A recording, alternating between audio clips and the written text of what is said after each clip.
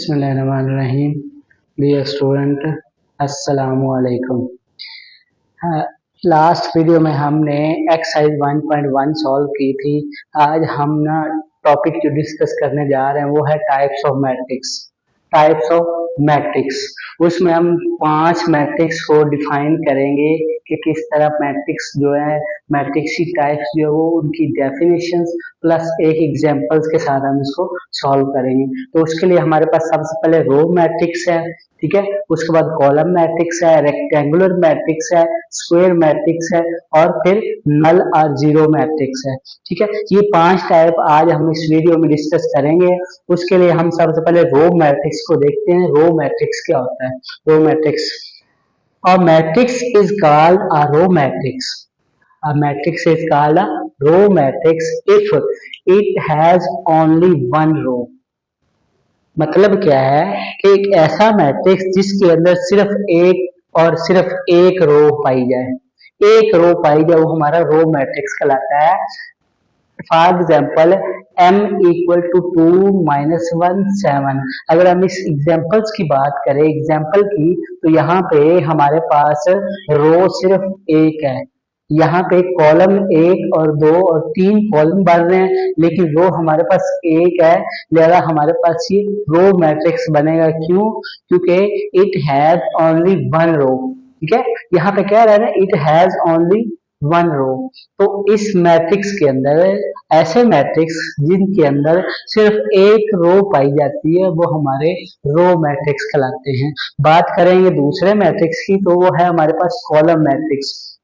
Column matrix में भी वो कह रहा है कि a matrix is called a column matrix if it has only one column. मतलब क्या है कि एक ऐसा मैट्रिक्स जिसमें एक ही कॉलम पाया जाता है, एक ही कॉलम पाया जाता है, वो हमारे पास क्या बनता है? कॉलम मैट्रिक्स कहलाता है। यहाँ पे चेक करें जरा एग्जांपल्स, तो यहाँ पे m इक्वल टू 1 0, यहाँ पर रो 2 है बट इसके अंदर एक ही कॉलम है, लिहाजा हमारे पास ये कॉलम मैट्रिक्स कहलाएगा। अगर हम बात करें n की, तो यहाँ पे भी इसके अंदर भी एक ही कॉलम है। हाँ, रो इसके अंदर 3 हो चुकी है, इसके अंदर रो 2 थी, लेकिन कॉलम की बात करें तो इसके अंदर भी एक ही कॉलम पाया जाता है और इसके अंदर भी एक ही कॉलम है, लिहाजा हमारे पास ये कॉलम मैट्रिक्स बनेगा। क्यों? क्योंकि इसके अंदर सिर्फ एक कॉलम है। ठीक है, अब बात करेंगे तीसरे की, रेक्टेंगुलर मैट्रिक्स का होता है। तो रेक्टेंगुलर मैट्रिक्स में कह रहा है कि ऐसा matrix, a matrix M is called rectangular matrix if the number of rows is not equal to number of columns.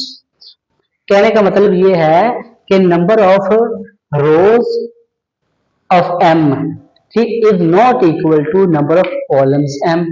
यानी एक मैट्रिक्स है ना m, तो उसकी जो नंबर ऑफ रोज है, रोज की तादाद जो है वो कॉलम की तादाद के बराबर ना हो, वो हमारा रेक्टेंगुलर मैट्रिक्स बनेगा। देखें जरा, matrix m is called rectangular matrix if the number of rose, number of रोज की तादाद of m is not equal to the number of column m। यानी कि जो आपके पास कोई भी मैट्रिक्स गिवन है, उसमें अगर नंबर ऑफ रोज और नंबर ऑफ कॉलम इक्वल नहीं है तो वह हमारा रेक्टेंगुलर मैट्रिक्स बनेगा। बात करते हैं हम स्क्वायर मैट्रिक्स की, तो ये इसका अपोजिट है। ठीक है, जैसे matrix is called a square matrix if it number of rows is equal to its number of columns. Square matrix में क्या कह रहा है कि अगर नंबर ऑफ रोज इक्वल हो जाए, बात कर रहे थे हम स्क्वायर मैट्रिक्स की, तो स्क्वायर मैट्रिक्स में हमारे पास ऐसा मैट्रिक्स जिसमें number of rose number of columns के इक्वल हो जाए। रेक्टेंगुलर की बात हमने की, वहां पे हमारे पास number of rows not equal to number of columns, it is called rectangular matrix. ऐसा रेक्टेंगुलर मैट्रिक्स, ऐसा मैट्रिक्स जिसमें नंबर ऑफ रोज और नंबर ऑफ कॉलम्स इक्वल नहीं है, वो हमारा रेक्टेंगुलर। और जिसमें इक्वल हो जाए, नंबर ऑफ रोज और नंबर ऑफ कॉलम इक्वल हो जाए, वो हमारा स्क्वायर मैट्रिक्स बन जाएगा। अब matrix is called a square matrix if number of rows is equal to its number of columns. मिसाल की बात करें एग्जांपल की, तो यहाँ पे a इक्वल टू 2 माइनस 1 0 3 है। अब इसमें हमारे पास ये रो है, वन और ये रो है टू, ये C1 है और ये C2 है। तो चेक करो जरा, इसमें दो ही रो है और दो ही कॉलम है। तो यहाँ पे नंबर ऑफ रोज 2 है, नंबर ऑफ कॉलम्स भी 2 है, ऑर्डर 2 by 2 है। लिहाजा हमारे पास नंबर ऑफ रोज जब इक्वल हो जाए नंबर ऑफ कॉलम्स के तो it is called square matrix. उसके बाद हम बात कर रहे थे नल और जीरो मैट्रिक्स की। नल मैट्रिक्स क्या होता है? नल को जीरो मैट्रिक्स भी कहते हैं। ठीक है, null a matrix M is called a null और जीरो मैट्रिक्स। जीरो मैट्रिक्स कब होगा? जब each of its entries is zero, तमाम की तमाम एंट्रीज जो है, ऑल एंट्रीज इज जीरो। मतलब क्या है कि कोई भी मैट्रिक्स, गिवन मैट्रिक्स, उसके अंदर अगर तमाम एलिमेंट्स हमारे, तमाम एंट्रीज हमारी जीरो हैं, so it is called null और जीरो मैट्रिक्स। जीरो मैट्रिक्स बनेगा क्यों? क्योंकि उसके अंदर तमाम की तमाम एलिमेंट्स जीरो हैं। ठीक है, हमने आज के टॉपिक में हमने सिर्फ 5 टाइप्स ऑफ मैट्रिक्स डिस्कस किए हैं, जिसमें हमने रो मैट्रिक्स को डिस्कस किया, कॉलम मैट्रिक्स को डिस्कस किया, रेक्टेंगुलर मैट्रिक्स, स्क्वायर मैट्रिक्स को डिस्कस किया और लास्ट में हमने नल और जीरो मैट्रिक्स को डिस्कस किया। रो मैट्रिक्स में हम अगर देखें तो सिर्फ और सिर्फ only one rows, any matrix if it have only one row it is called row matrix. मतलब क्या कि एक ऐसा कॉलम जिसमें एक ही रो पाई जाए वो हमारा रो मैट्रिक्स है। कॉलम मैट्रिक्स की बात करें तो जिसमें एक कॉलम पाया जाता है वो हमारा कॉलम मैट्रिक्स है।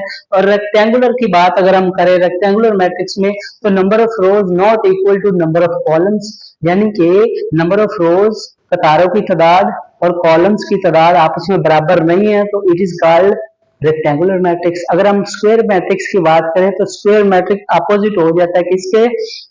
रेक्टेंगुलर मैट्रिक्स के, जिसमें क्या है कि नंबर ऑफ रोज इक्वल हो जाती है नंबर ऑफ कॉलम्स के, तो it is called square matrix.